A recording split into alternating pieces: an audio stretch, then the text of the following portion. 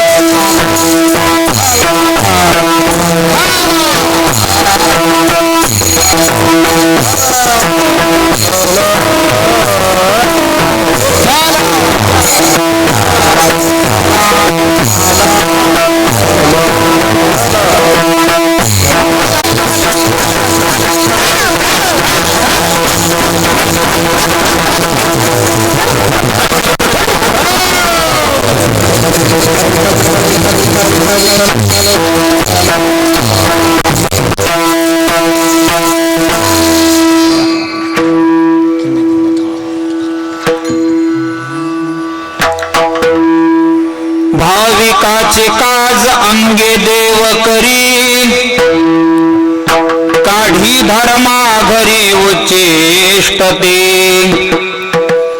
उच्चिष्टते फळे खाय भिल्लतेची, आवडी तयाची मोठी देवा. काय देवा घरी न मिळेची अन्न, मागे भाजी पान द्रौपदीसे, अर्जाळे जाणीवेचे काढे तोंड देवा. भाविकाचे काज अंगे देव करी, काढी धर्मा घरी उच्चिष्टते,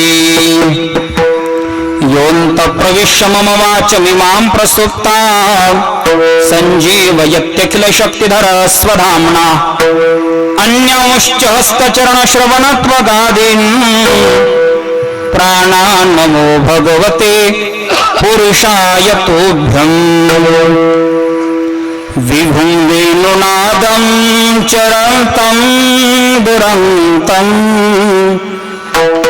स्वयं लीलया गोपवेशं ददानम् गवां वृन्दकानन्दनं चारुहासम्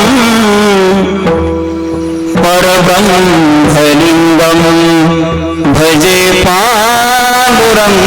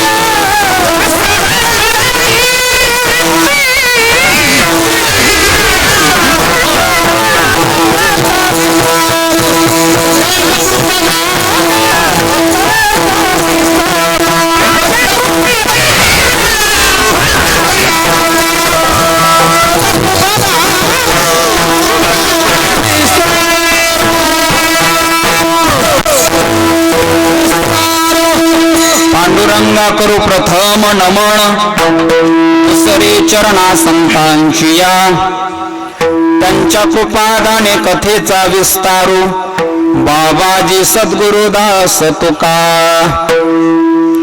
नमो ज्ञानेश्वरा निवृत्ती उदारा सोपान देवा मुक्ताबाई नमो त्रिभुवन पावनी अद्यत्र यजननी देवाची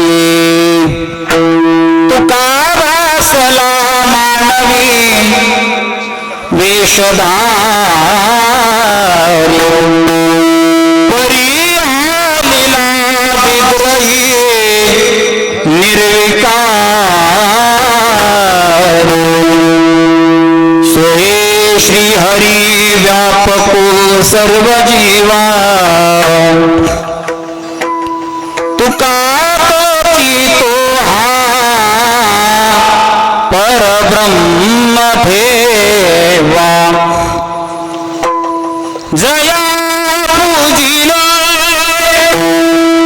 आदरे पांडुरंगे विमानस्थ केले प्रयाण प्रसंगे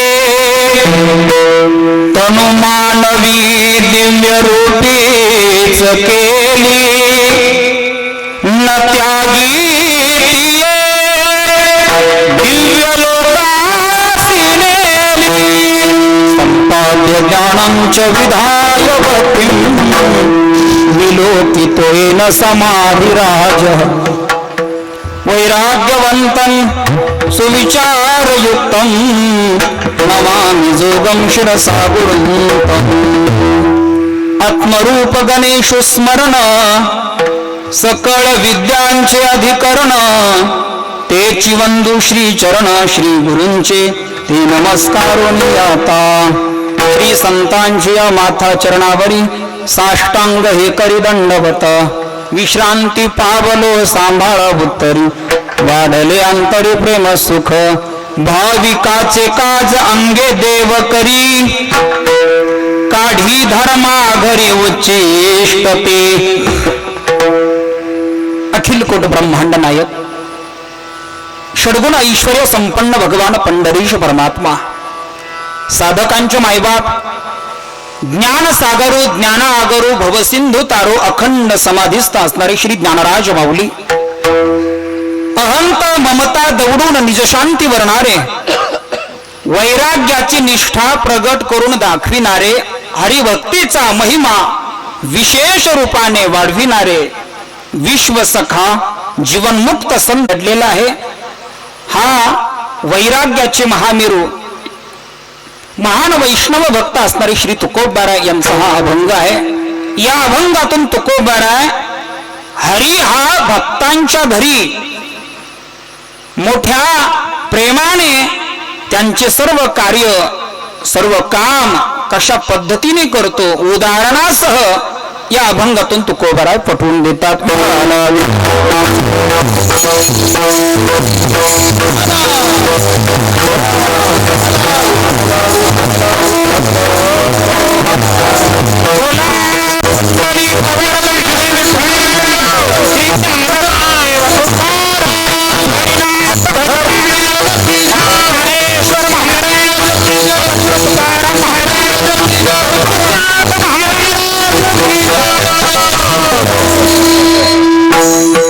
प्रतिवर्षाप्रमाणे संपन्न होत असलेला हा अखंड हरिनाम महोत्सव निमित्त सर्वांना ज्ञात आहे, सांगण्याची आवश्यकता नाही.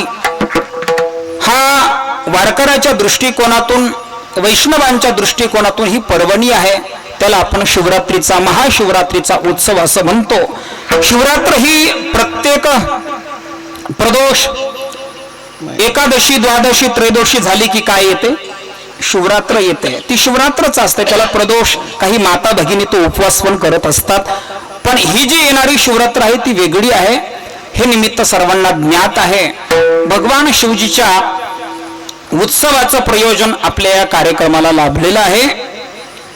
ते एक निमित्त आहे आणि उपस्थित सर्व संत महात्मे ज्यांच्या समोर आपण कीर्तन सेवा संपन्न करतोय असे प्रातस्मरणीय परमहंस परिवर्जकाचार्य काका नाना महाराज असतील, त्याचबरोबर काका महाराज असेल, यांनाही शतशः अभिवादन करतो आणि कीर्तन सेवेकडे मी वळतो. उपस्थित सर्व माझ्यापेक्षा ज्येष्ठ श्रेष्ठ वयाने ज्ञानाने तपोवृद्ध ज्ञानवृद्ध ह्या सर्व गोष्टीने परिपूर्ण असलेली सर्व मंडळी इथे उपस्थित आहे. साथीसाठी वादनाची साथ करण्यासाठी आमचे परमस्नेही पूज्य श्री हरिभक्तपरायण, आम्ही त्यांना आवडीने तात्या असं म्हणतो बरं का. वांगी संस्थांचे ते फार मोठे निष्ठावंत सेवक आहे. त्यांना अभिवादन करतो. आपले गणपत महाराज असतील, आरडे महाराज असतील, आमचे परमस्नेही हनुमान महाराज असतील आणि आमच्यावरती नितांत प्रेम करणारे आमचं एक व्यक्तिमत्व. थोडंसं बाबा इकडे या ना, तुम्ही मला इकडे या. हा, नितीन महाराज आपले, त्यांनाही अभिवादन करतो. सर्व चोपदार मंडळी आहे, सर्वांच्या चरणी नतमस्तक होतो. सेवा बदलण्याचं कारण काय असू शकतं नेमकं? शांतता असू शकते. नाही, तुम्ही तेवढे गंभीर का झालात नेमका? नाही एवढे सेवा बदलली ना.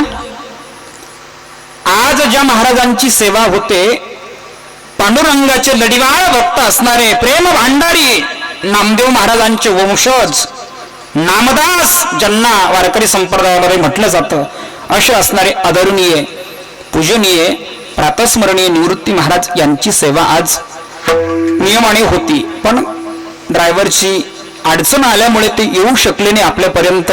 त्यामुळे महाराजांनी काय केलं, आता मान हाणून चालेल का? तुम्ही बोलत जा ना. हा, माझी नियुक्ती केली असं बोला. आता थोडस बोलत चला बरं का. अभंग 5 चरणाचा आहे, वेळ थोडा आहे, पण थोडस संवादात्मक कीर्तन करणं हे मला फार आवडत आहे. मी एकट्यानेच बडबड करत राहणं हे उचित नाही. तुम्ही थोडस मधून मधून बोलत जा. बरोबर बोलले तर घेईन, चुकीचं बोलले तर सोडून देईल बाबा, हसू नाही करणार तुमचं, म्हणून बोलत चला. विठ्ठल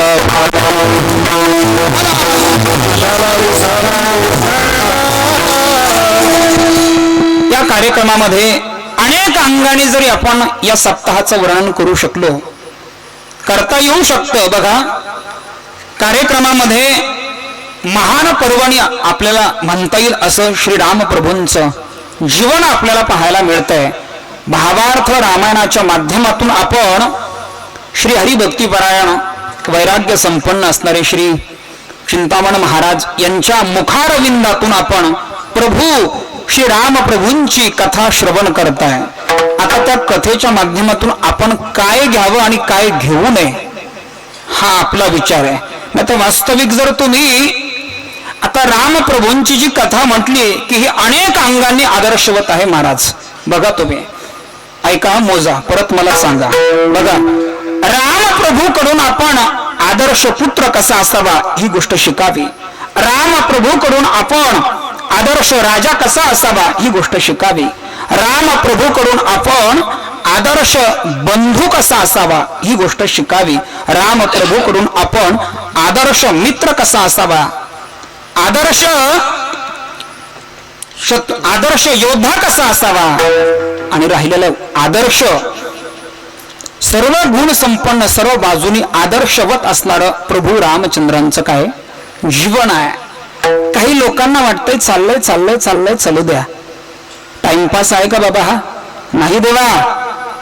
रामप्रभूंच्या वरती अनेक आक्षेपही घेतात, तो भागही वेगळा आहे. पण आज भावार्थ रामायणाच्या माध्यमातून ज्या भावार्थ रामायणामध्ये नाथरायांनी गंगेचं पावित्र्य आणलेलं आहे, यमुनेचं भाव माधुर्य आहे आणि सरस्वती मातेचं मांगल्य निधान आहे, असा असणारा सर्वश्रेष्ठ ग्रंथ जो सर्व लोकांच्या वरती अधिराज्य आजही गाजवतोय.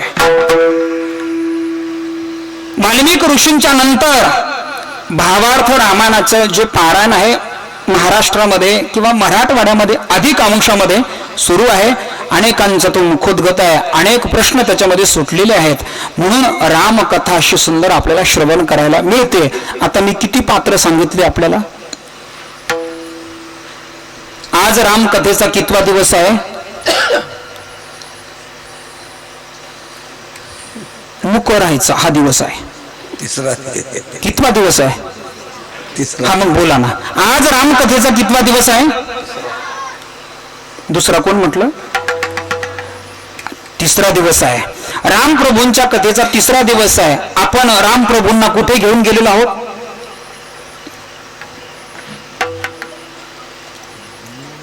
तुम्हाला महाराज कथा तुम्हाला सांगायला सांगितली. तुम्ही रामकथा करायची, रामायणातले भाग सर्व तुम्ही सांगायचे. पण आम्ही नेमकं सांगतोय कोणाला? कोणाला सांगतोय नेमकं आम्ही? आम्हाला प्रतिसाद पाहिजे देवा. हे 8 दिवस सामान्य समजू नका. घरामध्ये धूळ झाली तर स्वच्छता कशाने केली जाईल बाबा? बोल पटकन.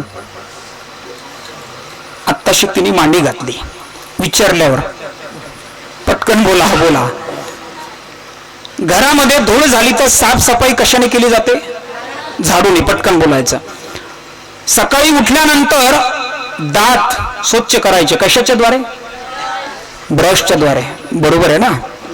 बरे म्हटले ना मिश्री आहे का? मिश्री अनेक करतात ना मंडळी मिश्री.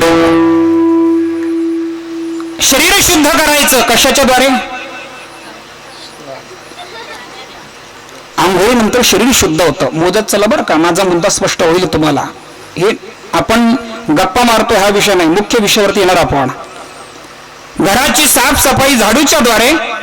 दाताची शुद्धी करायची असेल तर आपण ब्रश वापरतो, लिंबाची काडी वापरतो. नाहीच काही मिळालं तर आपण बोट तरी वापरतो, पण शुद्ध केल्याशिवाय राहत नाही देवा. या सगळ्या गोष्टी वर्षभरातून नाही, रोज आपण नित्य नेमाने शुद्धीकरण चाललेलं आहे. पण आपण रोज शुद्धीकरण मनाचं नाही करत. मनाच्या साफसफाईसाठी हे 8 दिवस आहेत. बघा तुम्ही, मी बोलतोय ते पटतं ना? नाही पटत? बघा, मनातील वाईट विचार जाण्यासाठी कोणतं शुद्धीकरण करताय? कोणतं साधन वापरताय? साबणाच्या द्वारे शरीराची शुद्धी होती, मनाची होती? नाही होत. झाडूच्या द्वारे घराची शुद्धी होती, मनाची होती? नाही होत. मग त्या पद्धतीने मनाची शुद्धी करण्यासाठी हे सगळे. आता एक गोष्ट बोलतो तुमच्याशी. परमार्थाचा राज्यभार चालवण्यासाठी संतांवरती एक जबाबदारी असते आणि आपला लौकिक राज्यभार चालवण्यासाठी मंत्री महोदयावरती जबाबदारी असते. हे कीर्तन झाल्यानंतर मला सांगा की महाराज, आपण या लौकिक जगतामधून तंत्रज्ञानाच्या साह्याने जशी आपण टेक्नॉलॉजी अधिक विकसित झालेली आहे तिच्या माध्यमातून मन काय करू आपण? शुद्ध करू तसं मन शुद्ध होत नाही देवा. म्हणून या नामोत्सवाची नामाची नामचिंतनाची आवश्यकता आहे. हा जो कार्यक्रम आपण घडून आणतोय, इथे असणारे सेवक, कार्यकारी मंडळी, प्रत्येक गोष्टीची सेवा करणारे, कोणी मंडप झाडून घेण्याचं काम करताय, कोणी स्वयंपाक करण्याचं काम करताय, कोणी वाढण्याचंही काम करताय, कोणी नियोजन, सगळ्या गोष्टी पाहण्याची सेवा अत्यंत तन मन धनाने करतात बघा. का बरं? कारण माझा संबंध सेवेशी आज या अभंगामध्ये बघा. विनाकारण इकडे तिकडे जाणार नाही. आज जगद्गुरु तुकोबारांचा अभंग आपल्या समोर घेण्याचं कारणच एक आहे की हरी हा भक्ताच्या अंकित राहून त्यांचे सर्व कार्य मोठ्या प्रेमाने व दक्षतेने करतो. तुकोबारा या अभंगातून सांगतात. कोणाचं काम करतोय? हरी हा भक्ताच्या अंकित राहून. अंकित शब्दाचा अर्थ कळतो? सेवक, सेवक आज्ञाधारक राहून सर्व कार्य करतो. तो कसा करतो? भक्ताचंच का करतो? भक्ताने देवासाठी नेमकं काय काय केलेलं आहे बाळा. इकडे बघ, चल बोलायचं नाही अजिबात. ऐक, झाली कीर्तन सेवा संपली. 1 तास फक्त, 1च तास, जास्त वेळ घेणार नाही. फक्त तू लक्ष दिलं तर 1 तास, नाही लक्ष दिलं तर 2 तास. ऐक ऐक, इकडे बघ. हरी भक्ताच्या घरी नेमकं काम का करतो? हरी भक्ताने हरीवरती काय उपकार केलेले आहेत? भक्ताने देवासाठी काय केलेलं आहे? काय केलेलं आहे? तसं नाही बघा. देव जर भक्तासाठी हे सर्व काम करतोय, त्याच्या पाठीमागचा हेतू वेगळा आहे. तो सर्व आपल्याला स्पष्ट करायचा आहे. फक्त तुमचं काय करा, अवधान विचलित होऊ देऊ ना, एवढी विनंती आहे.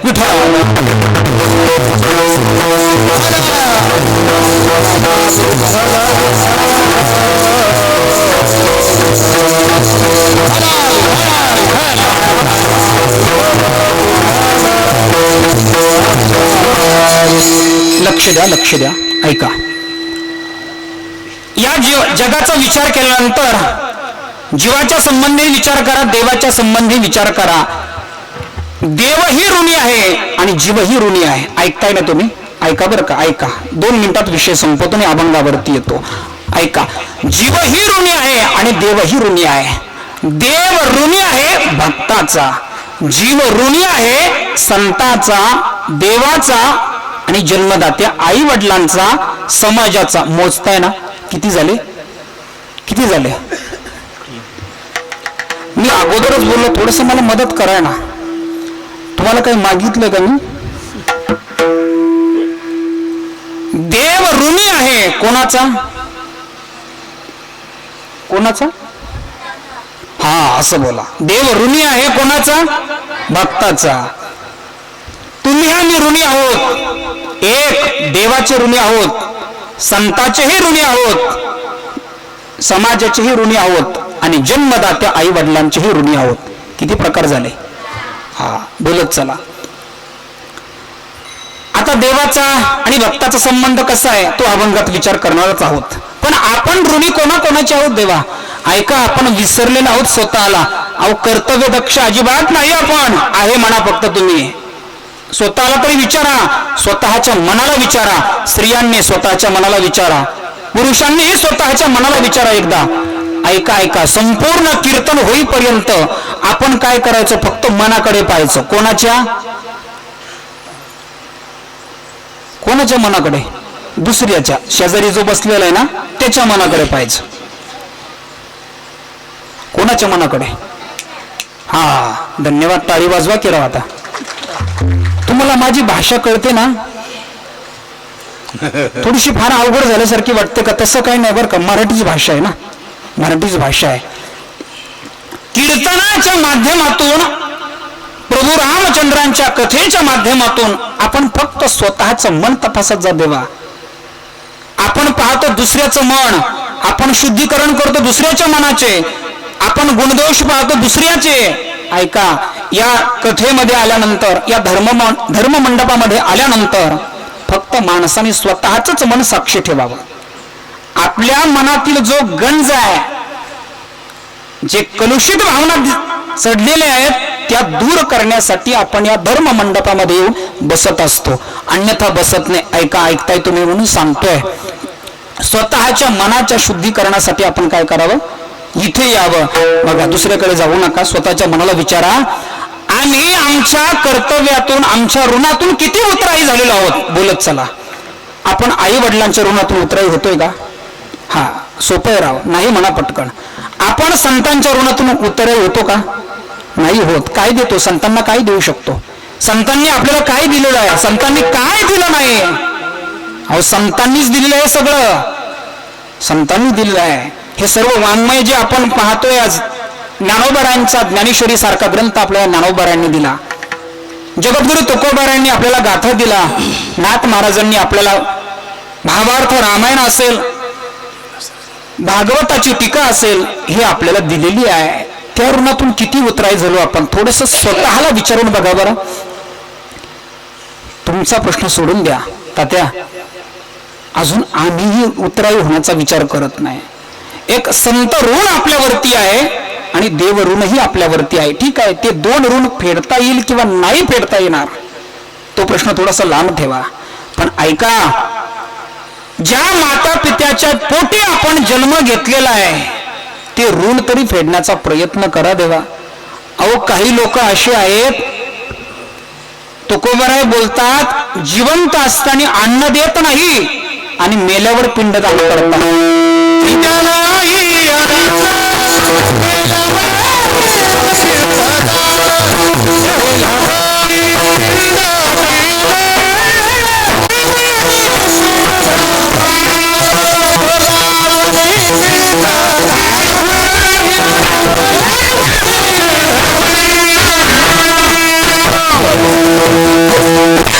जिवंतपणे आपल्या आई वडिलांना एक घासही देऊ शकत नाही आपण, आणि मेल्यानंतर काय करतो?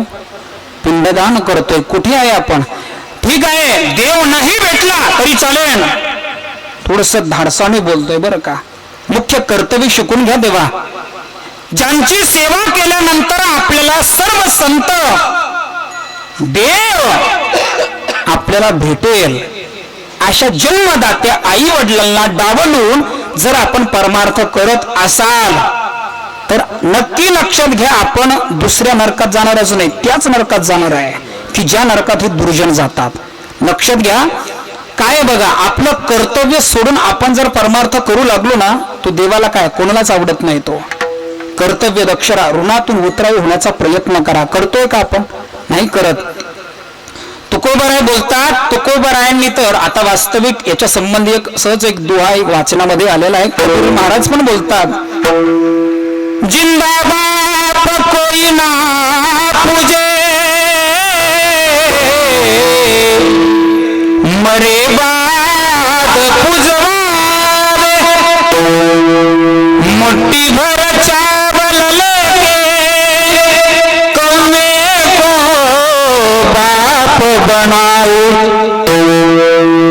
काय रे देवा, जिवंतपणे त्यांना त्यांची सेवा, त्यांचं पूजन नाही, आणि मेल्यानंतर मुठभर तांदूळ घेतो आणि काय करतो? कावळ्याला काय करतो? बाप बनवतोय. अरे सर्व तीर्थ, सर्व परमार्थ, वास्तविक शास्त्र, आचार्य मातृ देवो भव, पितृ देवो भव, तदनंतर आचार्य देवो भव, ही आपली संस्कृती आहे. वास्तविक आई वडिलांच्या ऋणातून उतराई हो. तुम्ही म्हणाल महाराज तुम्ही पुरुषाच्या संबंधीच बोलताय, स्त्रियांच्या संबंधी काहीच बोलत नाही. बघा आता तुम्ही, आपल्या गावचं नाही सांगत बरं का, दुसऱ्या गावचं सांगतो, ऐका तुम्ही. जर स्त्रिया जेव्हा माहेरी जातात, कर्तव्य दक्ष किती राहतात बघा. माहेरी गेल्यानंतर बाबा, माहेरी गेल्यानंतर उपदेश करतात. थोडी वहिनी असते, जवळची असते, लहान असते, त्या वहिनी जवळ जाऊन म्हणते, का ग वहिनी, मी दिवाळीला 4 दिवस झाले आलेली आहे. 4 दिवसापासून मी पाहते, सकाळी माझी जी सख्खी भाऊजई आहे ती चहा आणते, मला देते, पण माझ्या डोळ्या देखत जे समोर माझे आई वडील आहेत त्यांना विचारत नाही. तिनं घेतला चहा, नंतर पोहे आणले, तेही कोणाला दिले? मलाच दिले. माझ्या डोळ्यासमोर त्यांना कोणालाच विचारत नाही. ते असं का घडतंय? ठीक आहे, पण हे बरं नाही. मग ती त्या लहान वहिनीला सांगते, का ग वहिनी, तू येताना काय आणलेलं आहे नेमकं? ती बोलते काहीच नाही, जमीन इथलीच आहे, माझ्याच बापाची आहे, सर्व इस्टेट माझ्याच बापाची आहे, आणि हे सर्व माझ्या बापाचं असताना तू त्यांनाच का देत नाही? हे तुम्ही असं काय वागताय? कोणी उपदेश केला? जी सासरवरून माहेरी आली होती, कुठं? दिवाळीला, दिवाळीच्या सणाला कुठे आली? माहेरी आली. आणि उपदेश कोणाला करते? तिच्या लहानशा भाऊजाईला करते. ठीक आहे, बघा आता हा उपदेश तिने केला आणि सासरी निघून गेली. घरी गेल्यानंतर बघा हिचा उलटा पराक्रम चालू होतो. आता जो उपदेश माहेरी केला होता तो उपदेश सासरी चालतोय का? खुशाल नाही म्हणताय तुम्ही. मग नेमकं होतंय काय तात्या? होतंय काय? बंद का पडतं? तिकडे गेल्यानंतर आई वडिलांचा विचार, आणि जेव्हा सासरी येतो आपण तेव्हा कोणाचा विचार? फक्त मुलं आणि पती, हाच विचार. का बरं हे तारतम्य का सुटत नाही? ही अडचण का सुटत नाही? दुसऱ्याला उपदेश चांगल्या प्रकारे करतो आणि तोच उपदेश आपल्या जीवनात का लागू पडत नाही? काय कारण आहे? बघा, सून विचार करते माहेरी मागच्या लोकांचा. ऐका ऐका, लक्ष देते का? सून विचार करते माहेरी मागच्या लोकांचा, आणि सासरी विचार करते कोणाचा? पुढच्या लोकांचा. आणि मागच्याचा काय विचार करते? एकदाच हे जाऊ द्या, असंच म्हणते ना. काय प्रामाणिक राव तुमच्या गावातल्या स्त्रिया, कारण त्या फार मोठ्या प्रेमाने सेवा करतात. बरोबर ना? नाही करत? नाही, तुम्ही होई म्हणत नाही, नाही म्हणत नाही. अरे काय अडचण आहे?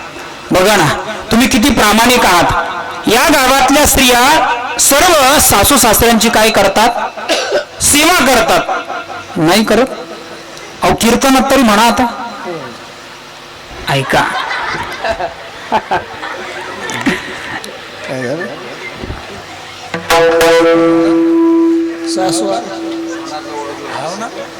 ओळखलं महाराजांनी? ऐका ऐका, मागे माझा आवाज जातोय, ऐका. आपण जसा तिकडे मागचा विचार करतो, इकडे आल्यानंतर फक्त पुढचा विचार करतो. देवा, कीर्तनाच्या माध्यमातून फक्त आपण 2 तास इथे बसतो असं समजू नका. आपल्याला आपला प्रपंच सुखरूप शांत समाधानी करता आला पाहिजे. हे कीर्तनाचं फलित आहे. मी म्हणत नाही एका कीर्तनातून 8 दिवसाच्या श्रवणातून, महिन्याच्या श्रवणामधून आपण संतांची प्राप्ती नाही करून घेऊ शकत देवा, पण एवढ्या श्रवणामधून कमीत कमी आपला प्रपंच व्यवस्थित करू शकतो. प्रपंचाची घडीच विस्कटीत आहे आपली. परमार्थ कुठे चाललं करायला? जा घरी. माझे स्वतःचे वाक्य नाही, परमपूज्य आदरणीय गुरुवर्य थोडेसे धाडसाने बोलायचे बा आमचे विठ्ठल बाबा गुले. बुवा म्हणायचे बा, ज्याला संसार म्हणजे व्यवहार चांगला करता येतो तीच व्यक्ती परमार्थ करू शकते. अरे जिला नीट व्यवहारच करता येत नाही, अरे ती काय परमार्थ देते? हे का लेकराच्या गोष्टी आहे का? जा घरी. सामान्य नाही.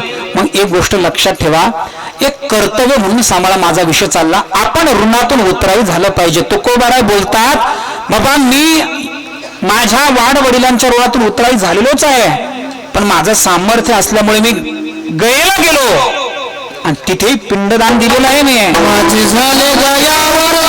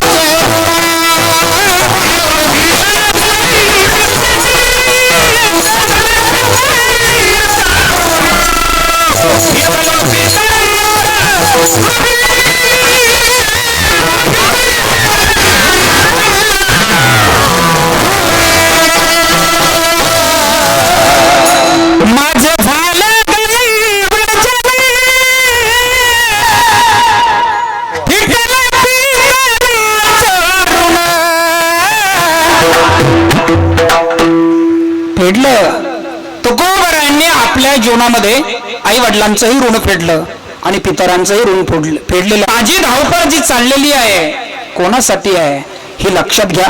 आपण प्रत्येक व्यक्ती परस्परावरती अवलंबून आहे. ज्ञानेश्वरीचा 3रा अध्याय काढा, कर्मयोग नीट समजून घ्यावा, मग आपल्याला ऋण कळेल कोणाकोणाचं ऋण आहे. बघा, कुळगोत्र अग्निपूजी, कुळगोत्र अग्निपूजी, अवसरे भजे द्विजी, निमित्तादिकी यजी, पितरोद्देशे.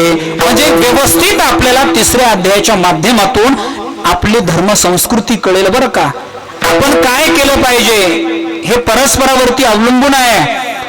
लहान असताना आई वडिलांनी आपल्यावरती उपकार केलेले आहेत. जेव्हा आपण मोठे होतो त्यावेळी ती उपकाराची काय करावी, परत फेड करावी, आठवणीने करावी. फेड केल्याशिवाय राहू नये. आता माझा मुद्दा हा संपवतोय. ऋण जीवावरती आहे पण जीव त्याचा विचार करत नाही. देवावरतीही ऋण भक्ताचं आहे पण भक्ताचं ऋण देवावरती झालं का हो याचा कधीतरी विचार करा. ऐका, भक्तावरती देवाचं जे ऋण होतं त्याचं कारण आहे पहिलं निरपेक्षता आहे. हे जे पंचलक्षण भक्ताचे भागवतामध्ये नाथ महाराजांनी सांगितलेलं आहे. 4 लक्षण मी अगोदर सांगतो बघा. पहिलं लक्षण आहे निरपेक्षता, दुसरं आहे मननशीलता, तिसरं आहे शांत, चौथं आहे समचित्त आणि 5वं आहे निर्वैरपणा. आता ठीक आहे, याच्या विचारात मी जास्त पडणार नाही. निरपेक्ष म्हणजे काय माहितीये का? आज तुम्ही या उत्सवामध्ये विह गावचा कार्यक्रम जो सुरू झालेला आहे, परिसरातील सर्व गावे आहे याच्यामध्ये मी शेवटी बोलतो. या सर्व लोक येऊन करतात. तुम्ही जी सेवा करताय तुम्ही काही घेताय का? नाही घेत. याला म्हणतात निरपेक्षता. संपला प्रश्न, सोपा आहे. आपण झाडून घेतो, काही घेता मोबदला नाही. जवळच आपले कोण आहेत? संत गजानन महाराज आहेत ना, बरोबर आहे. तिथे आपण अनेक इथे तरुण मंडळी पण आहे, काही तिथे सेवा देतात बरं का महिन्यामधून. ते तिथे सेवा दिल्यानंतर काही घेतात का मोबदला? बोलत जा पटापट. नाही घेत ना. निरपेक्षता आहे. ऐका, आपल्या गावामध्ये आपण एका सत्पुरुषाचं मंदिर बांधलेलं आहे. आपल्या गावामध्ये विही गावामध्ये आत्ताच 2-3 महिने झाले ना मूर्ती प्राण प्रतिष्ठा. ते मंदिर उभारल्यानंतर तुम्हाला त्याच्यातून काय मिळालं? काय मिळालं एवढं विचारत काय पडताय? काहीच नाही ना. मंदिर उभारलं तुम्ही, पण मंदिराने काय दिलं अजून तुम्हाला? अहो, मंदिराला तुम्ही पैसे लावले, मूर्तीलाही पैसे लावले, कार्यक्रम केला, पण तुम्ही काही घेतला का मोबदला? अहो नाही म्हणा पटकन. याला म्हणतात निरपेक्षता. म्हणजे परमपूज्य आदरणीय गुरुवर्य प्रातस्मरणीय बंकट स्वामी महाराजांची मूर्ती प्राण प्रतिष्ठा जी तुम्ही केलेली आहे ती तुमच्या भावनेतून तुम्ही केलेली आहे, तुमच्या श्रद्धेतून केलेली आहे. असं तुम्हाला कोणी सांगितलं होतं का? नाही, आपला पुतळा तिथे उभारा, माझा पुतळा उभारा असं म्हटलं का स्वामी? नाही. ही निस्वार्थपणाने जी केलेली सेवा आहे तिला म्हणतात निरपेक्षता. मला एवढं सांगायचं होतं. अपेक्षा ठेवून नाही, निस्वार्थपणाने. दुसरं लक्षण आहे मननशील, समचित्त आणि निर्वैरपणा. हे 4ही गोष्टी आपल्या हातात यावे असं वाटत असेल तर आपण काय करा, जेवण वाढण्याची सेवा असेल, मंडपामध्ये झाडून घेण्याची सेवा असेल, कोणतीही सेवा करा, पण त्या सेवेच्या बुडाशी अंकुश नका ठेवू, कोणताच काहीच नका ठेवू.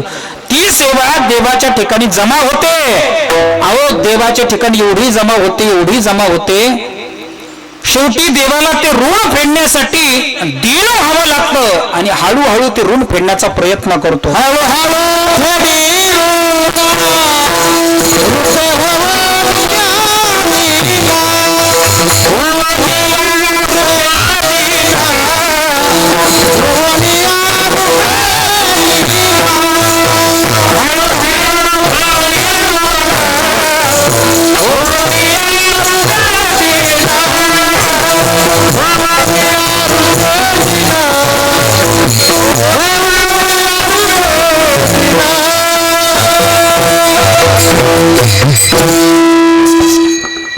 हळूहळू फेडी ऋण होऊन या रूपे दिन.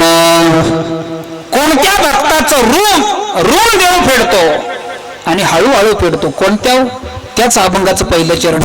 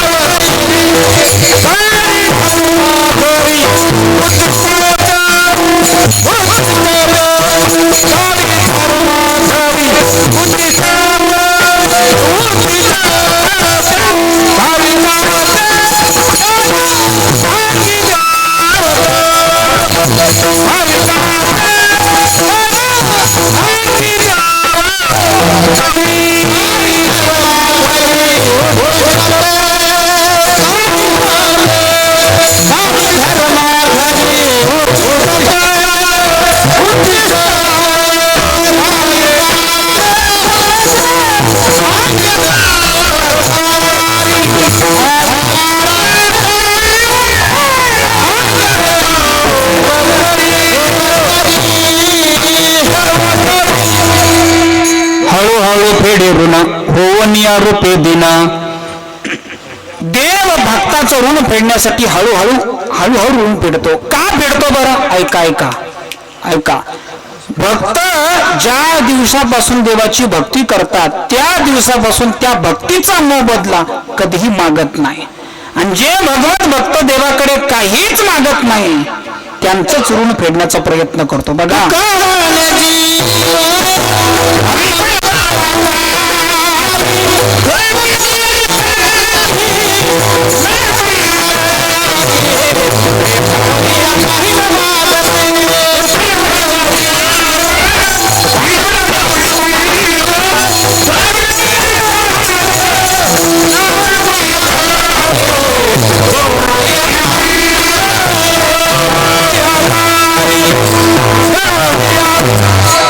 तुका म्हणे जीव भाव देवा पाये ठेवनिया काही न मागते. मला जास्त बोलायची गरज महाराजांनी ठेवलेली नाही. अगदी फिट प्रमाण दिलं. काय बोला तुम्ही? तुका म्हणे जीव भाव कोणाच्या पायी? देवाच्या पायी. आणि ठेवनिया काही न मागती. म्हणा ना तोंडाने राव. थोडस पाठ होऊन जाईल ते प्रमाण तुमच्या. जीव भाव संत मंडळी भक्त मंडळी देवाच्या चरणावरती ठेवतात आणि त्याच्या मोबदल्यामध्ये काहीही मागत नाही. हे पहिलं चरण बघा. काही न मागती देवा त्यांची करू धावे सेवा. हळूहळू फेडी ऋण होवनी रूपे देण. ते ऋण होतो, हळूहळू ऋण फेडतो. भक्तांनी काय केलेलं बघा. सेवा करत असताना भक्ती करत असताना त्या भक्तीच्या मध्ये भक्तीचा प्रतिबंध म्हणून कोणीही जरी आलं तरी भक्त मंडळी स्वीकारत नाही. काय स्वीकारत नाही बघा. ज्या दिवसापासून भक्त भक्ती करतात त्या दिवसापासून अनेक प्रतिबंध येतात. प्रतिबंध हा स्वभाव आहे कोणाचा? जगाचा. ऐका ऐका. असं कोणतं क्षेत्र आहे त्याच्यामध्ये प्रतिबंध नाही? ऐका, बोल बोल. प्रतिबंध आहे की नाही? प्रतिबंध आहे की नाही? कशाचा प्रतिबंध आहे? काय विचारू? काय विचारू? सर्वांचे लग्न झाले का? मागे कोणी पडलेलं नाही ना अजून? 30-32च्या घरात नाहीच गेलेला. हा प्रतिबंधच आहे. दुसरं काय? ऐका. असं कोणतं क्षेत्र आहे की त्याच्यामध्ये प्रतिबंध नाही? शेती घ्या, प्रतिबंध आहे. कशाचा प्रतिबंध आहे? उन्हाचा, पावसाचा, अजून ह्या दूषित वातावरणाचा. कोणतं पीक आहे असं की ते प्रतिबंधाशिवाय येतं? आता शिमगा आलाच बाबा जवळ. हा पिकाचा प्रतिबंधच आहे बरं का. शिमग्याच्या आत बाहेरच येतात ना ह्या गारापिटा. कधी होतात की नाही? गारपीट झाली की नाही तुमच्याकडे?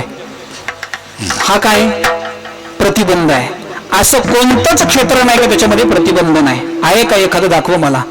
राजकीय क्षेत्र घ्या, प्रतिबंध आहे. अभ्यासाचं क्षेत्र घ्या, प्रतिबंध आहे. प्रत्येक क्षेत्रामध्ये प्रतिबंध आहे. अहो तुम्ही म्हणाल साधूंच्या जीवनात प्रतिबंध नाही का? आहे ना. असं एकही क्षेत्र नाही. प्रत्येकाच्या जीवनामध्ये प्रत्येक गोष्टीमध्ये प्रतिबंध आहे. ही सृष्टीची रचना आहे. त्यामुळे प्रतिबंधाला कधीही घाबरायचं नाही, संघर्षच करायचा. ही रणभूमी आहे. विद्यार्थ्याला प्रतिबंध आहे. आपल्याला योग्य प्रकारे नोकरी मिळेल का? आपण प्रयत्न करतो. स्पर्धा परीक्षेमध्ये अनेक वेळेला भाग घेतोय. 4-5 वेळेला मी स्पर्धा परीक्षा देतोय. MPSC UPSC ची तयारी करतोय. पण प्रतिबंध सुटतोय का? नाही. प्रत्येकाच्या आयुष्यामध्ये प्रतिबंध आहे देवा. प्रतिबंधाला लोक कंटाळून जीव देतात. हे चुकीचं आहे. प्रतिबंधाशिवाय जीवनच नाही. दाखवा तुम्ही. प्रतिबंध प्रत्येकाच्या आयुष्यामध्ये आहे. भक्ताच्याही जीवनामध्ये प्रतिबंध आला. कोणता येतो? सर्वात प्रथम बघा. अहो भक्ताच्या समोर इंद्रपदाधिक भोग येतात. भक्त स्वीकारत नाही. परमेष्ठी पद येतं, त्याला तुच्छ लेखतात. पाताळीचं आधिपत्य तुकोबराय बोलतात. भक्ताला बहाल केलं जातं, मागितलं नाही. प्रतिबंध आहे. भक्ताच्या समोर वलय अंकित. बघा, वलय अंकित हा भावार्थ रामायणातला शब्द आहे. वलय नाही, भागवतातला हा शब्द आहे. बघा, ज्यावेळेस भक्ताचं वर्णन करताना वलय अंकित शब्द कळतोय ना. वलयांकित म्हणजे आपलं जे रान आहे ना, आपलं शिवार सगळं हे कसं आहे? वलय आणि अंकित आहे. आपल्या धरणामुळे सर्व आपलं शिवार कसं आहे? हिरवळ आहे, याला म्हणतात वलय अंकित. आता वलय अंकित म्हणजे संपूर्ण सार्वभौम राज्य भक्ताच्या समोर ठेवतो, भक्त स्वीकारत नाही. अहो बघा, मोक्ष एवढं होज, मोक्ष एवढं सुख देतोय तरी स्वीकारत नाही. मग तुकोबाराय बोलतात नेमकं भक्ताला काय पाहिजे? फक्त हरीशिवाय बाकी काही स्वीकारत नाही. तुका म्हणे का हरी, अशी काय वाटे? शीन वाटे. सुंदर वर्णन केलेलं आहे बघा भागवतामध्ये, फार सुंदर वर्णन केलेलं आहे बघा.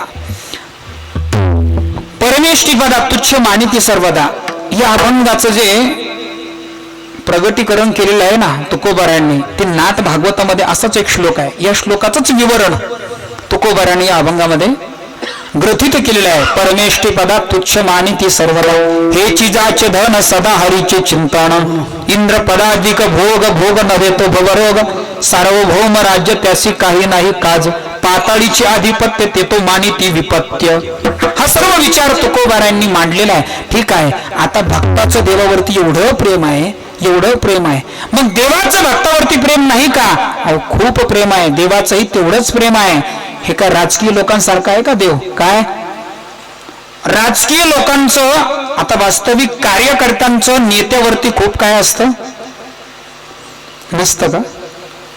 कार्यकर्त्यांचं नेत्यावरती फार, अहो नेत्यासाठी जीव देतात. काय करतात?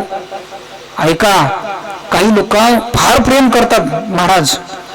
बघा आता तो प्रकार चाललेलाच आहे, तिकडे जायचं नाही मला, काय वेगळं नाही त्याचे, पण हा जीवाचाच प्रकार आहे का? म्हणजे सर्वस्वाची आपण धूळधारी रांगोळी करतोय, स्वतःचं जीवन संपवतोय. कोणासाठी?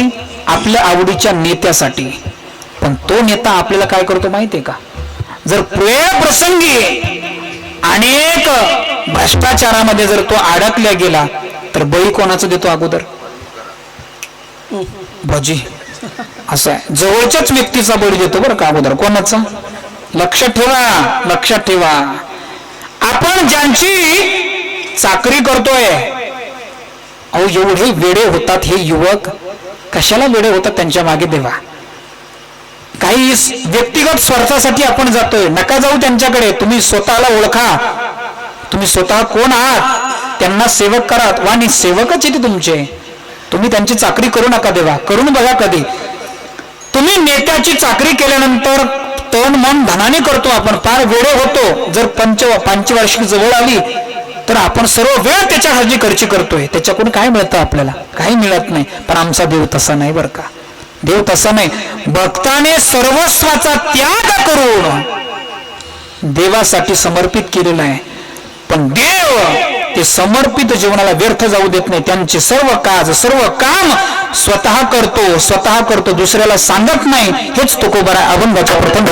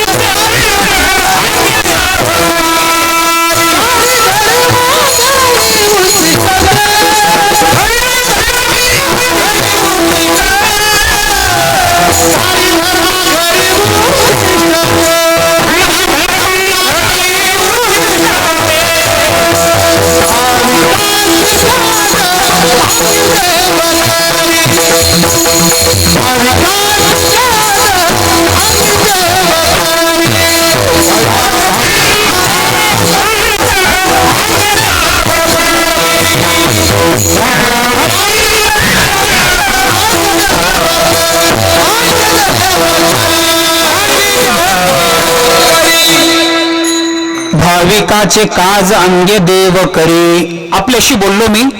देव परस्पराला सांगून भक्ताच्या घरचं काम करायला लावित नाही. स्वतः करतात, स्वतः देव करतात. का करतात बरं? काय करतात त्याचं कारण आता बघा. देवासाठी भक्ताने सर्वस्व समर्पित केलेलं आहे, सर्वस्वालाही समर्पित केलेलं आहे, स्वतः समर्पित झालेले आहेत भक्त मंडळी. देव त्यांची सर्वांची काळजी घेतो. बघा, महाराष्ट्रीयन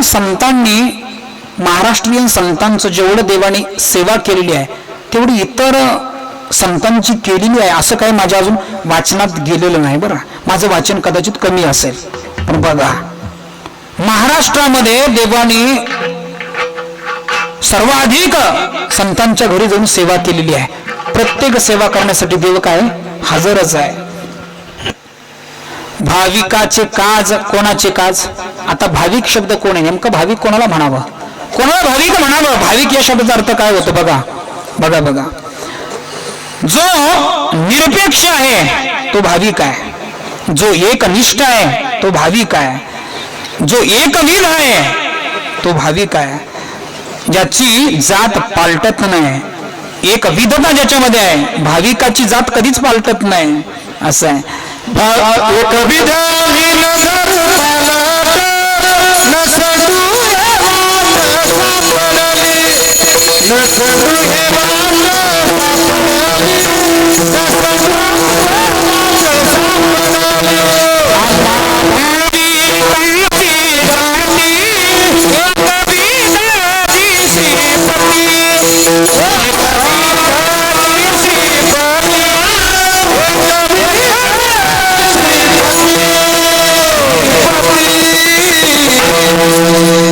न संदेह वाट सापडली एकविधता आहे. भाविकाची आम्हा भाविकाची जाती एकविध जी श्रीपती.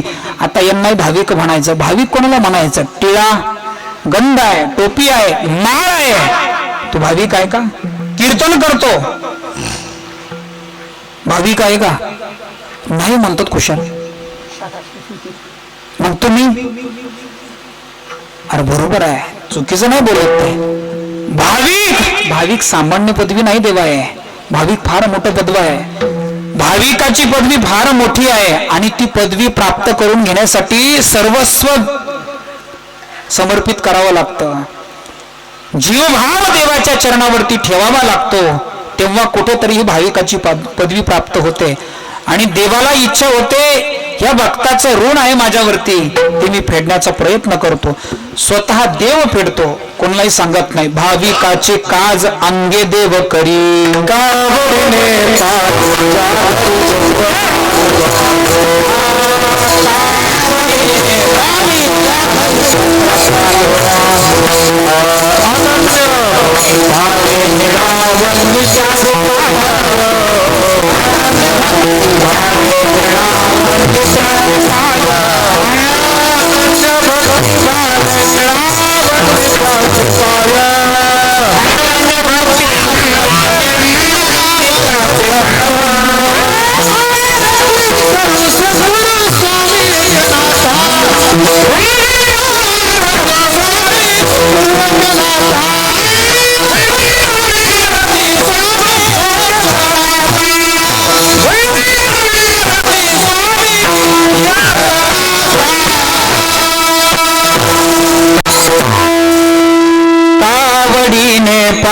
जागरी चक्र पाणी वाहे, अनन्य भक्ती भावे निळा वंदित्याचे पाय, अनन्य भक्ती भावे निळा वंदित्याचे पाय. फार सुंदर आहे. अनन्य भक्ती भावे निळा वंदित्याचे पाय. अहो, नाथरायांच्या घरी प्रत्यक्ष पांडुरंग परमात्मा कावडीने पाणी वाहतोय. ठीक आहे, आपल्या घरी कावडीने पाणी वाहायला देवाला लावायची गरज नाही आणि तसा प्रसंग येणार पण नाही.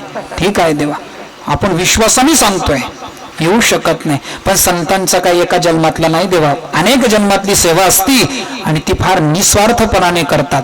कुठलाही स्वार्थ न ठेवता देवाची निरपेक्ष भावनेने सेवा करतात संत मंडळी. म्हणून तर देवाला ते ऋण फेडावं लागतं.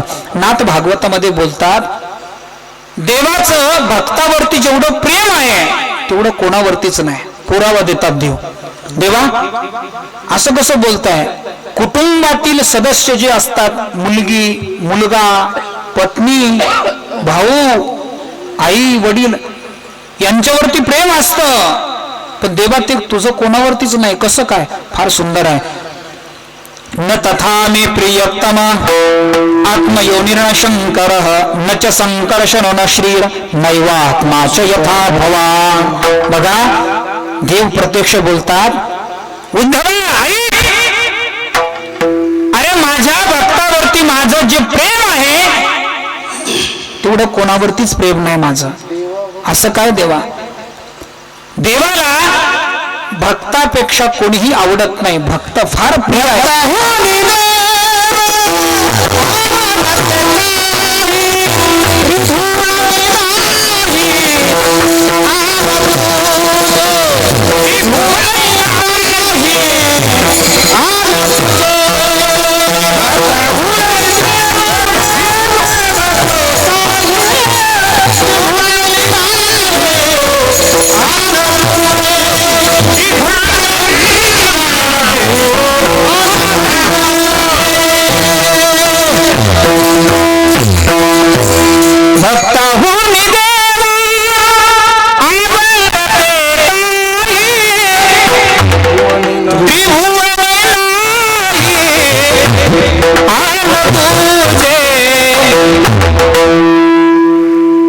मला जे बोलायचं होतं ना ते एका चरणामध्ये त्यांनी भाव स्पष्ट केला. कशाला बडबड करू मी विनाकारण? देवाला भक्ताशिवाय काही आवडतच नाही, स्पष्ट सांगितलं. पण ऐका पुढे, न तथा मे प्रियतम आत्मयोनिर्न शंकर न च संकर्षण न श्रीर नैवात्मा च यथा भवान. ऐका कोण कोण देवाला आवडत नाही. बघा यादी देतात. देव बोलतात, माझा आत्मज, माझा मुलगा आहे स्वतःचा. आपल्याला भार्येपासून झालेला मुलगा फार प्रिय असतो. भार्य म्हणजे आपल्या पत्नीपासून. आणि देवाला जो मुलगा झालेला आहे तो कोणापासून? भगवान विष्णूचा मुलगा कोण आहे? हा असं बोला ना. मी म्हणतो तुम्ही कसं काय बोला ना? इथेच आहे ना तुम्ही, माझ्या जवळच थांबा बरं का, अजून 1 तास कुठे जाऊ नका. ऐका, मला अपेक्षा होती त्यांच्याकडूनच. भगवान विष्णूचा मुलगा कोण आहे? ब्रह्मदेव आहे. मला स्वतःचा मुलगाही एवढा प्रिय नाही जेवढे भक्त प्रिय आहेत. मला स्वतःचा अंश असणारे भगवान शिवजीही एवढे प्रिय नाहीत जेवढा भक्त प्रिय आहे. संकर्षण माझा बंधू बळीभद्र असलेला तोही मला एवढा प्रिय नाही की जेवढे मला भक्त प्रिय आहेत. नच श्रीर माझी अर्धांगिनी ही मला काय प्रिय नाही तेवढे मला भक्त प्रिय आहेत. ऐका पुढे देव बोलतात, अहो उद्धवा ऐक, मला स्वतःचा देहही एवढा प्रिय नाही की जेवढा भक्त प्रिय आहेत रे बाबा. म्हणून भाविकाचे काज, जर देवाला स्वतःचा देह प्रिय असता तर त्यांनी काज भाविकाचं कार्य पाडलं नसतं. बघा तुम्ही अजून, माझ्या भक्ताची मज प्रीती ते मीच जाणे श्रीपती. माझ्या भक्तावरती किती प्रेम आहे ते मीच जाणू शकतो, माझ्या व्यतिरिक्त कोणी जाणू शकत नाही. बरं ठीक आहे देवा, उपमा तर द्या ना. उपमाही देत नाही. ते उपमेशी त्रिजगती नाही निश्चिती कांटाळे. अरे उद्धवा, माझं भक्तावरती एवढं प्रेम आहे त्याच्यासाठी उपमाही देता येत नाही. ठीक आहे, जो मातीची तो मातेचा सोयरा केतुला पा असं तेवी मेतया जैसा लोकांनी घेतला. हा, भक्तावरचं प्रेम देवाचं एवढं विशेष आहे. बघा बरं का प्रेम आहे देवाचं? ब्रह्मदेवावरती एवढं प्रेम नाही. ब्रह्मदेवाला ठकवलं आणि गोवळाचा भात खाल्ला. स्वतःच्या मुलालाही प्रेम. तिथे बोलतात भागवतामध्ये, स्वतःच्या मुलाला मी कर्म पंथाला लावलेला आहे आणि भक्ताला निष्कर्मता दिलेली आहे. किती प्रेम आहे भक्ताचं. अहो देवाचं एवढं प्रेम का आहे? कारण ज्या दिवसापासून आवडी करिता माझे भजन मज पूज्य झाले भक्तजन, त्या भक्ताचे निज लक्षण सोये श्रीकृष्ण सांगत. भगवान श्रीकृष्ण भक्ताचं निज लक्षण स्वतः सांगतात, स्वतःच्या मुखातून सांगतात. आवडी करिता माझे भजन गोडीने ज्या दिवसापासून माझं भजन करतात ही भक्त मंडळी, त्या दिवसापासून मला हे प्रिय झालेले आहे. उद्धवा किती सांगू मी तुला, हे फार प्रिय आहे, फार प्रिय आहे. हे झालं. देवा भक्त जीवाहून आवडती, देवा भक्त जीवाहून आवडती, म्हणजे स्वतःच्या सकळही प्रीती त्यांच्या ठाई, सकळ ही प्रीती त्यांच्या ठाई. असं आहे बघा, सर्व प्रीती त्यांच्या ठाई. मग आपल्याला कधी प्रेम मिळेल देवा? ऐका ना, देवावरती आपण प्रेम, संतांवरती प्रेम, आता भाग असा आहे, संसारावरती आपण सर्वस्व प्रेम लुटतो, मोबदल्यात काही मिळत नाही.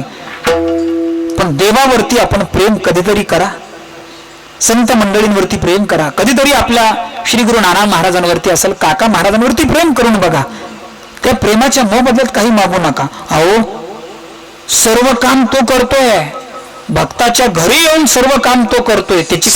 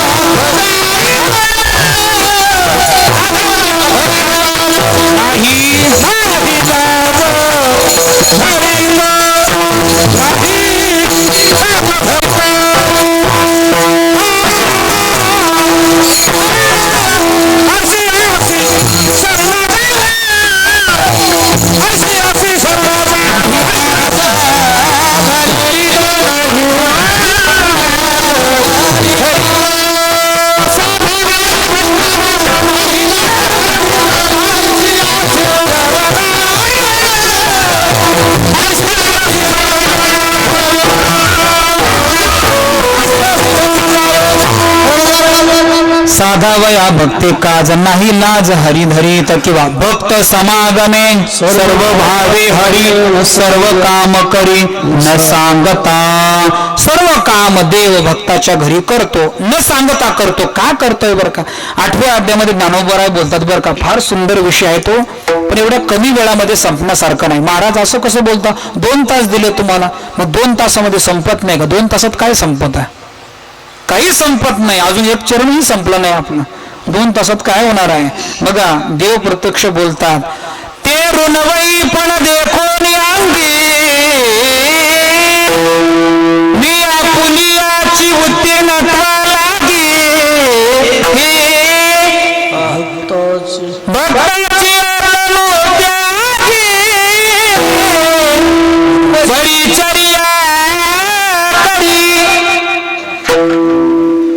भक्ताच्या सेवेमध्ये देव फार आत्मीयतेने आहे. निळोबरायांचे एक अभंग आहे बरं, फार सुंदर आहे, फार गोड अभंग आहे बा. भाविकाचं काज देव सर्व करत असतो बघा. भाविकाची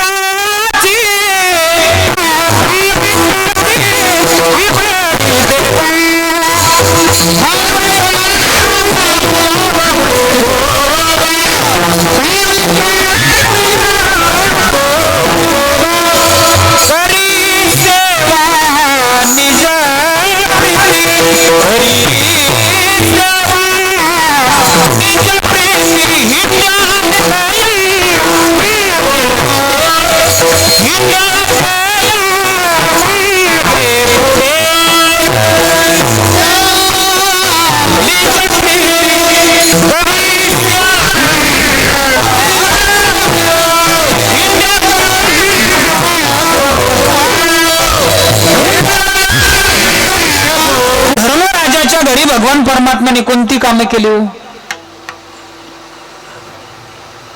कोणती? तुम्ही सांगत नाही ना तोपर्यंत मी पण पुढे जात नाही. आता कधीतरी इथं थांबूच आता तात्या.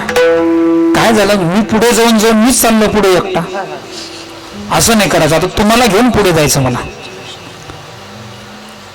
धर्मराजाच्या घरी भगवान परमात्म्याने उष्टपत्र काढण्याचं काम केलं.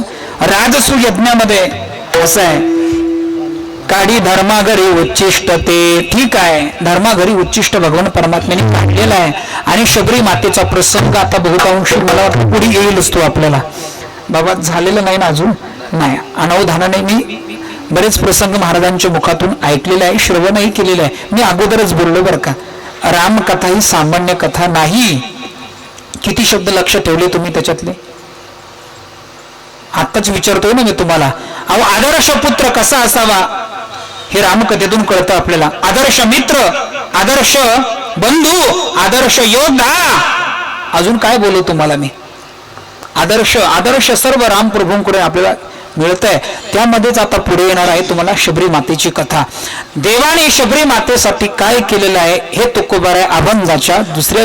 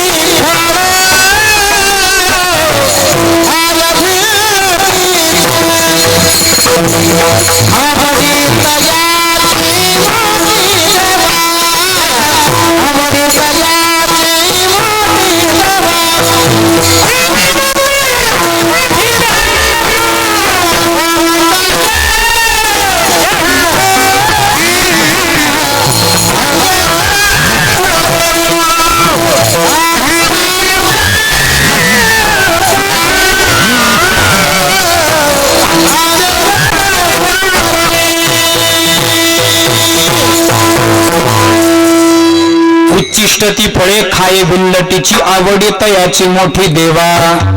काय देवाने शबरी मातेची उच्चिष्ट फळं खावेत. का खाल्ले असावेत? काय फार शबरी मातेचं जीवन चरित्र फार सुंदर आहे बरं का महाराज. मला ते शोध नाही लागला, पण वाचनामध्ये फार सुंदर गेलेला आहे विषय, मला तो आवडला. पण बघा, ज्या वेळेला दक्षिणेकडे निघालेले आहेत, दक्षिणेतून उत्तरेकडे रावणही निघालेला आहे आणि दक्षिणेकडून उत्तरेकडे सर्व ऋषीगणही निघालेले आहेत. विंध्य पर्वत ओलांडून अलीकडे येतात. आल्यानंतर रम्य ठिकाण पाहून आपल्या आश्रमाची स्थापना करतात सर्व ऋषी मंडळी बरं का. त्याच्यामध्ये आता गौतम ऋषी असेल, अगस्त्य ऋषी असेल, प्रभृती ऋषी असेल, अनेक ऋषीगण येतात. कशासाठी येतात माहितीये का? धर्माचा प्रचार प्रसार करण्यासाठी. त्या काळामध्ये पण मतंग ऋषी पण आलेले आहेत. आपल्या आश्रमाची स्थापना केली त्यांनी. कशा ठिकाणी केली माहितीये का?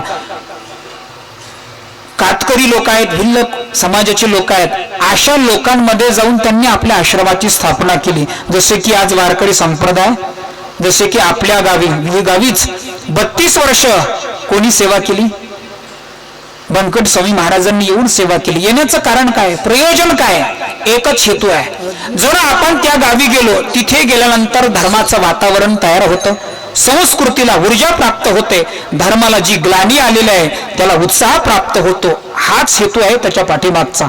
त्याच पद्धतीने मतंग ऋषीने आपल्या आश्रमाची स्थापना केली. हळूहळू त्यांची भाषा अवगत होऊ लागली. बघा, पण ह्या ऋषीचं अत्यंत पवित्र जीवन आहे, आचरण संपन्न जीवन आहे. आणि ह्या पवित्र आचरण संपन्न जीवनाचा प्रभाव समोरच्या व्यक्तीवरती पडू लागला. बघा, आता भिल्ल समाजाची भाषा काही ऋषीला कळत नाही आणि ऋषीची भाषा त्यांना कळत नाही. पण बघा, एक गोष्ट आता एक सांगतो. आता बाबा, पवित्र नावाची गोष्ट अशी आहे की न बोलता काहीतरी शिकवते. पवित्र नामाची गोष्ट अशी आहे की आपण 2 तास कितीही बडबड करा, 8 दिवस कितीही बडबड करा, पण त्या बडबडीमध्ये जर पावित्र्य नसेल आणि पावित्र्य असेल तर फार बोलण्याची गरज नाही. त्या ऋषींच्या जवळ शब्द संवाद बंद होता, पण पावित्र्य फार सुंदर होतं. आचरण संपन्न महात्मा, त्या साधू जीवनाचा प्रभाव त्या लोकांवरती पडू लागला. आनंद येऊ लागला. हळूहळू ते लोक जवळ येऊ लागले. मग मतंग ऋषींच्या आश्रमाजवळ काही भिल्ल समाजातील लोकही होते. शबरी माते तिथे लहानशी आहे. मग आपल्या त्या भिल्ल समाजातील राजाने काय केलं, शबरीला आपल्या ऋषीच्या जवळ ठेवलेलं आहे. ऋषीच्या सानिध्यात ठेवल्यानंतर शबरी माता लहानाची मोठी होते, उपवर होते आणि परत घरी जाते. येताने हिंसा करण्याची भूमिका आहे, हिंसाचार करण्याची भूमिका आहे. ज्यावेळेस घरी जाते त्यावेळेला हिंसाचार नष्ट होतो. सर्व प्राण्यांच्या विषयी तिच्या अंतःकरणामध्ये दया निर्माण होते. आणि घरी गेल्यानंतर अत्यंत कोमल हृदय झालेलं ते शबरी मातेचं उपवर झालेली आहे. विवाहाची वेळ ठरलेली आहे. आणि त्या पाहुण्यांच्या मेजवानीसाठी, जेवणासाठी तिच्या वडिलांनी जो प्रबंध केला होता भोजनाचा, कोणता होता हो तो? सर्व प्राण्यांची लाईन लावलेली आहे. आणि शबरी मातेने कुतूहलाने विचारलं, पिताश्री, ही जी तुम्ही लाईन लावलेली आहे ही कशासाठी आहे? उद्या तुझ्या विवाहाच्या प्रसंगी सर्व पाहुणी मंडळी येणार आहेत, त्यांच्या भोजनाची व्यवस्था हे करणार, म्हणजे यांच्या माध्यमातूनच होणार आहे. मग ह्या प्राण्यांचा बळी जाणार. मग काय उपयोग आहे? रात्र विचार करते, विचारात रात्र चाललेली आहे. अशा प्रसंगी तिच्या लक्षात आलं, माझ्या एकटीसाठी जर ह्या अनेक प्राण्यांचा बळी जात असेल तर मला विवाहच करायचा नाही. निघून गेली परत. आणि सर्व शोधाशोध सुरू आहे. शोध सुरू असताना परत कुजलेल्या सडलेल्या उंटवाच्या शरीरामध्ये वास्तव्य केलं. कोणी पाहणार नाही ना, अपवित्र ठिकाणी वास्तव्य केलं. नंतर ऋषींच्या आश्रमात गेले. तिथून पुढे ऋषींनी आशीर्वाद दिला, इथेच राहा. जेवढ्या कष्टाने देतात, जे पद तुम्हाला प्राप्त करायचं त्याच्यासाठी जेवढे कष्ट घेतात ना, तेवढेच कष्ट ही सगळी मंडळी घेत असतात. बरं, या पदाला येईपर्यंत सामान्य गोष्ट नाही. मी तुम्हाला बोलणार आहेच पुढे. आता ऐका. उच्चिष्ट फळे भगवान परमात्म्याने सेवन केले. हा प्रसंग का आला? सद्गुरूंचा आशीर्वाद प्राप्त झाला आणि रामप्रभूंची भेट झाली. हे आशीर्वादाने सगळ्या गोष्टी झालेल्या आहे. आता मी फक्त शेवट संधी देतो तुम्हाला. एक्सप्रेस गाडी चालू करतो. बघा आता, द्रौपदी मातेच्या जवळ देव गेला. कधी गेला? 4 महिने चातुर्मासामध्ये दुर्योधनाने दुर्वासाची सेवा केली आणि सेवा करून वर मागून घेतला. काय वर पाहिजे? काय वर पाहिजे? काही वर नको. ऋषीवर एक वर द्या. काय करा? रात्रीच्या वेळेला पांडवांच्या कुटियामध्ये जा आणि त्यांना सर्व शिष्य परिवारासह काय मागा? भोजन मागा. आता हे त्याचा डाव होता का? ही कूटनीती होती दुर्योधनाची. बघा, ते वनवासामध्ये आहेत, 12 वर्ष वनवास भोगतात. त्या वेळामध्ये यांनी 4 महिने ऋषींची काय केली? सेवा केली आणि सेवा करून आशीर्वाद प्राप्त करून घेतला. कोणता आशीर्वाद? तुम्ही थोडासा आळस आलाय का? संपू का इथेच? थांबू का लगेच? मग 5 मिनिटं राहिले फक्त. आता बोला, कोणता? दुर्वास ऋषींची सेवा दुर्योधनाने केली आणि सेवा केल्यानंतर आशीर्वाद काय मागितला? तुम्ही रात्रीच्या वेळेला जा. का बरं? कारण पांडवांकडे एक थाळी होती. ती थाळी कधी भोजन द्यायची? जोपर्यंत सूर्य आहे तोपर्यंत पांडवांच्या घरी जेवणाचा काय असायचा? सुकाळ असायचा. स्वाभाविकच आहे. द्रौपदी मातेचं हे संकट देवाने निरासन केलं, निवारण केलं. आता बघा, देवाची आराधना केली, द्रौपदी मातेच्या विनंतीला मान दिला देवाने. पण आला घरी, आल्यानंतर मागे भाजी पान द्रौपदीशी, काय देवा घरी न मिळेची अन्न, मागे भाजी पान द्रौपदीशी. द्रौपदी मातेला भाजी पान मागतोय, काय याला कमी? ठीक आहे. अजून काय सेवा केली? अर्जुनाची घोडी धुतली, अनंते संकटे बहुते निवारिली. अनेक संकटांचं निवारण केलं. किती संकट सांगू तुम्हाला? बघा, लाक्षागृहामध्ये दुर्योधनाने मारण्याचा प्रयत्न केला, पांडवांना वाचवलं. विष देऊन मारण्याचा प्रयत्न केला, पांडवांना वाचवलं.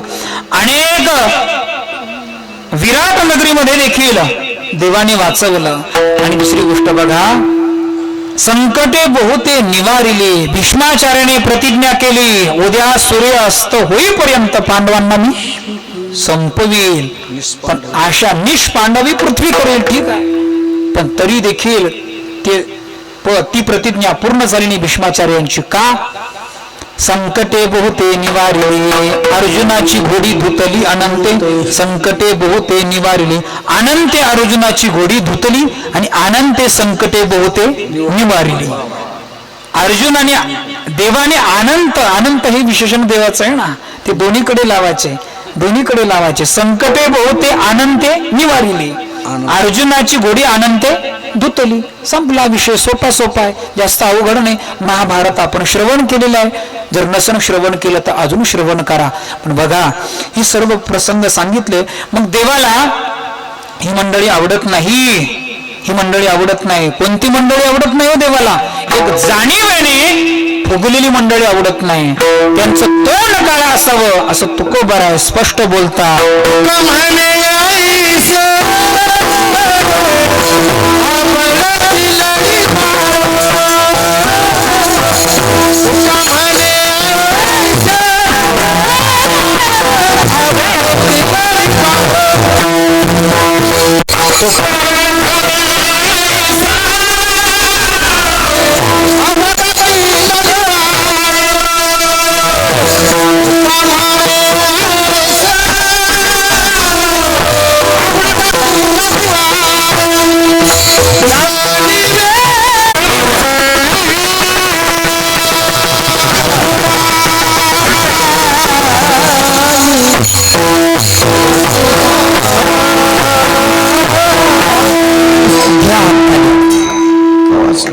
हात खाली घेतलं का तुम्ही? प्रारब्धानी नाही बनवत. विशेष आहे महाराज. आश्चर्य आहे की आपण काय म्हणतो, नाही ठीक आहे, सहज बनेल. अहो, प्रत्येक गोष्ट प्रयत्नपूर्वक करतो. आणि एक सदाचारी, सद्गुण संपन्न, दैवी संपत्तीने युक्त, सात्विक विचाराचा व्यक्ती निर्माण करायचा असेल तर त्याच्यासाठी प्रयत्नच करावे लागतात. असा सहजासहजी कोणी निर्माण होत नाही.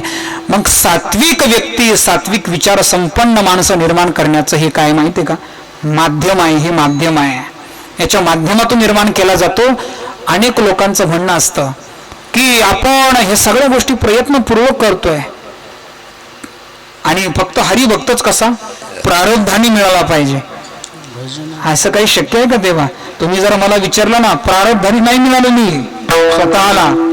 या कीर्तन परंपरेमध्ये, वारकरी संप्रदायामध्ये मी प्रारब्धानी नाही आलो. असेल ती पुण्याई आई वडिलांची, माझी पुण्याई सर्व असेल, ठीक आहे, पण मी प्रयत्नच नाही केले का? प्रयत्न केले देवा. म्हणून एक सर्व तरुणांना आणि युवकांना, युवतींना एक विनंती आहे, आपल्या धर्माच्या रक्षणासाठी प्रयत्न करा. आपोआप रक्षण होत नाही. आपल्या संस्कृतीसाठी प्रयत्न करा. आपोआप रक्षण होत नाही.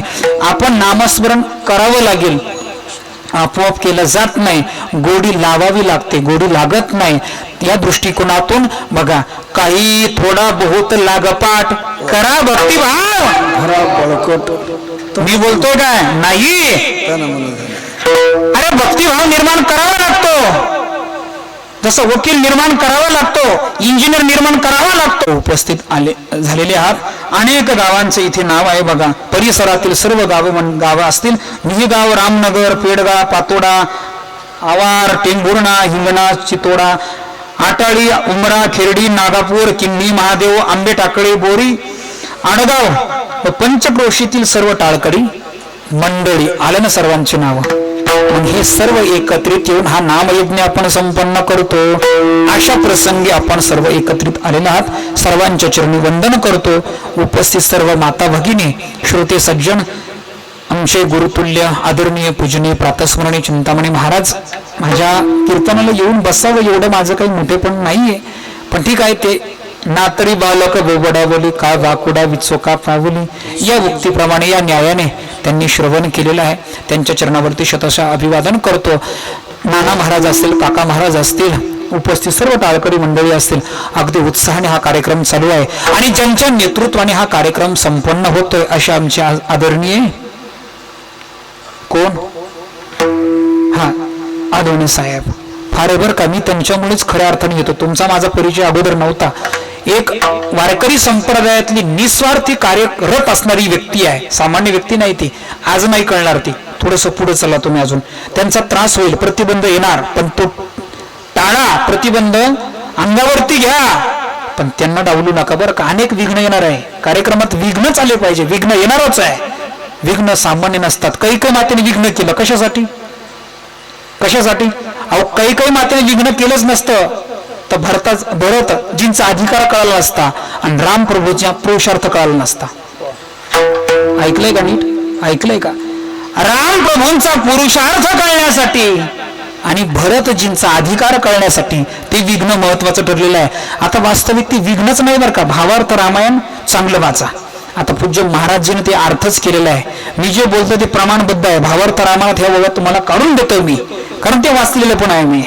ते विघ्न नाही कैकेयी मातेचं, पण त्या विघ्नामुळे भरतजींचा अधिकार कळाला आणि रामप्रभूंचा पुरुषार्थ कळाला. आता ऐका, तुमच्या या कार्यक्रमामध्ये ना कधीतरी तुम्हाला असं ताणतणाव येणार आहे, पण काय करा, त्याला पचवा. ज्या दिवशी हे विघ्न पचवाल तुम्ही, त्या दिवशी पुढे तुम्ही निघणार. म्हणून पूज्य साहेबांच्या माध्यमातून हा कार्यक्रम आपण पार पाडतोय. अनेक वेळेला त्यांच्या सानिध्यामध्ये मला जाण्याचा सुयोगही प्राप्त होतो आणि एक निरागस व्यक्तिमत्व आहे. लवकर कळणारं नाही ते बरं का. थोडंसं अंतर्मनामध्ये जावं लागतं. आणि जरा आपलं कार्य आणि त्यांचं कार्य हेतू एक असेल ना, माझा आणि त्याचा, तर मैत्री झाली समजायची. माझा हेतू वेगळा आणि त्यांचा हेतू वेगळा असेल तर मैत्री टिकत नाही. पूज्य साहेबांचा जो हेतू आहे तो फार वेगळा आहे. आता याला एक भव्य दिव्य असं स्वरूप येणार आहे. अजून आत्ताशी आपलं हे 4थंच वर्ष आहे. अजून थोडस पुढे पुढे गेलं का एक तपपर्ती सोहळ्यापर्यंत इथला सर्व कायापालट होऊन जाणार आहे. सर्व कायापालट. तुम्हाला काय अपेक्षित नाही का? तुम्हाला इथला बदल अपेक्षित नाही? तुम्ही काहीच नाही बोलले. तुम्हाला इथला बदल होऊ वाटत नाही का? प्रतिसाद नाही दिला काहीच. अहो संतांची भूमी आहे. इथला आकसपणा घरी ठेवा. फक्त विनयाने संतांच्या दारात या. काही नाही येणार हो सोबत तुमच्या. काही नका ठेवतो मी. तुमचे काही व्यक्तिगत मतभेद असतील ना, ते तुम्ही काय करा, या क्षेत्राच्या पलीकडे ठेवा आणि फक्त एकदम सेवक या नात्याने या. या चरणाला लागा. मग बघा तुम्ही, तुमचा आस्वाद, तुमचा सुगंध चौकडे दरवळल्याशिवाय राहणार नाही. ही प्रार्थना करतो भगवत चरणी, संतांच्या चरणी एक विनंती करतो की आपला भक्तिभाव असाच टिकून राहावा, वृद्धिंगत हो, अशी प्रार्थना करतो आणि सेवेला एकच विराम देतो.